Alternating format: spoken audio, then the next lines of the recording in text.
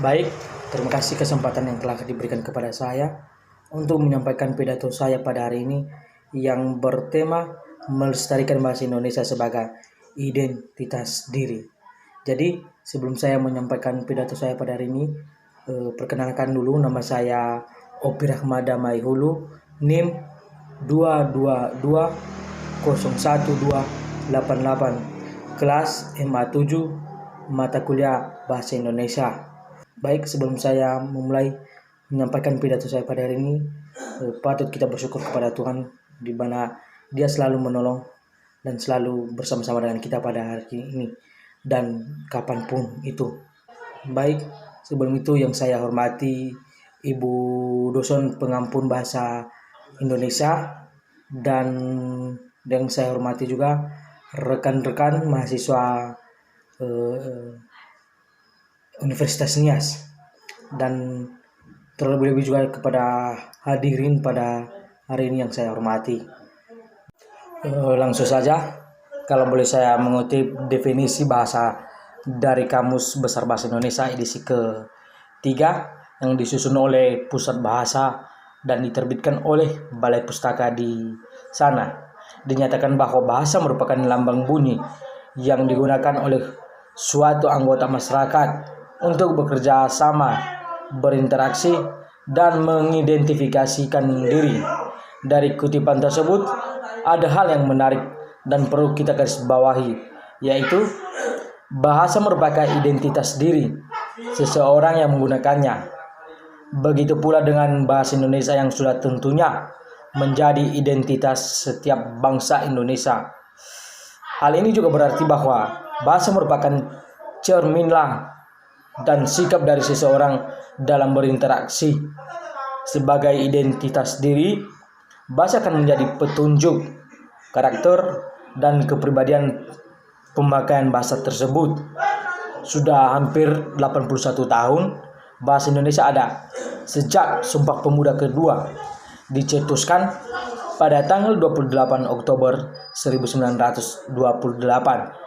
Sejak itu, Indonesia sudah mengalami banyak perubahan dan perkembangan yang tentunya diharapkan memperkaya kekhasanan bahasa Indonesia. Namun, terlepas dari hal itu, kita tidak boleh menutup mata dengan kemajuan teknologi dan informasi yang sangat luar biasa pesat. Hal tersebut tentunya akan berpengaruh buruk terhadap kelestarian budaya bangsa yang salah satunya adalah bangsa Indonesia. Ada juga beberapa hal mengapa bahasa Indonesia perlu kita lestarikan. Yang pertama, tantangan pengaruh globalisasi. Kita sama-sama tahu bahwa Indonesia merupakan bahasa resmi bangsa kita. Maka kita harus terus menggunakan bahasa Indonesia.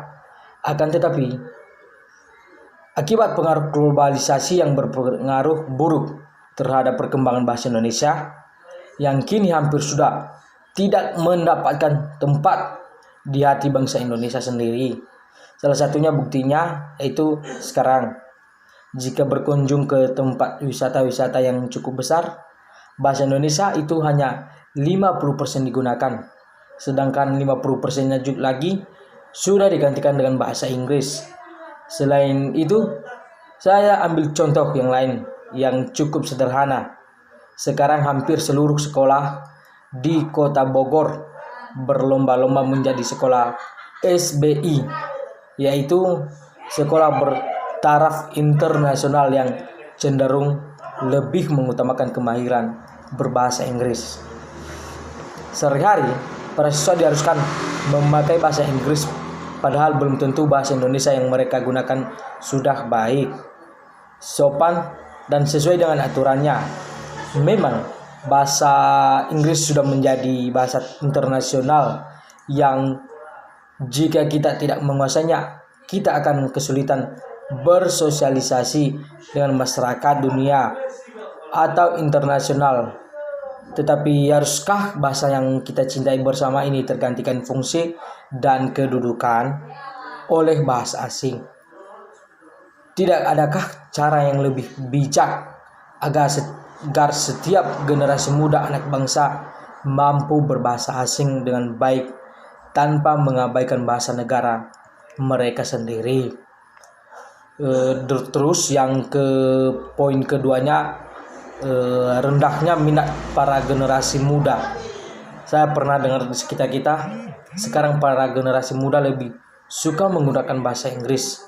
Misalnya si A bertanya, "Hai, apa kabar?" Lalu si B menjawab, "Fine." Nah, dari percakapan sederhana seperti itu saja, untuk menjawab kabar baik harus dengan bahasa Inggris. Apa susahnya jika kita menjawab dengan bahasa Indonesia? Ada yang mengatakan kalau tidak memakai bahasa Inggris tidak keren, atau kata anak zaman sekarang tidak gaul. Padahal belum tentu yang kita ucapkannya itu sudah benar. Kita tahu Indonesia mempunyai 33 provinsi yang setiap daerahnya memiliki bahasa tersendiri. Dengan demikian, bahasa Indonesia itu merupakan salah satu alat yang ampuh untuk mempersatukan adat istiadat yang berbeda itu.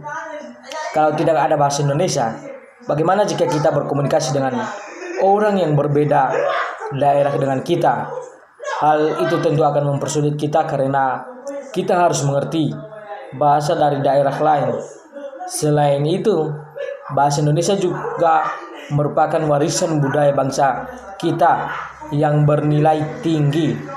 Bayangkan, jika kita tidak memakai dan melestarikan bahasa Indonesia, sama aja kita melenyapkan budaya bangsa kita. Lalu, apa yang harus dilakukan kita untuk melestarikannya? Yang pertama, pelajari bahasa Indonesia dengan sungguh-sungguh. Sebenarnya bahasa Indonesia yang kita gunakan sehari-hari itu masih sebagian kecil dari bahasa Indonesia. Dalam bahasa Indonesia ada yang disebut dengan EYD, yaitu ejaan yang disempurnakan. Belum tentu kan apa yang kita ucapkan itu sesuai dengan ejaan. Kedua, tidak merasa rendah memakai bahasa Indonesia. Terkadang anak zaman sekarang ada yang suka menyelipkan bahasa Inggris dalam percakapan mereka. Memang tidak ada salahnya memakai bahasa Inggris, tapi tidak masih bisa memakai bahasa Indonesia. Kenapa tidak? Dan yang paling penting, berperan aktif dalam mengembangkan bahasa Indonesia. Jadi terima kasih buat pidato saya hari ini. Saya ucapkan terima kasih dan terlebih-lebih kepada Tuhan Yang Maha Kuasa. Yahoo.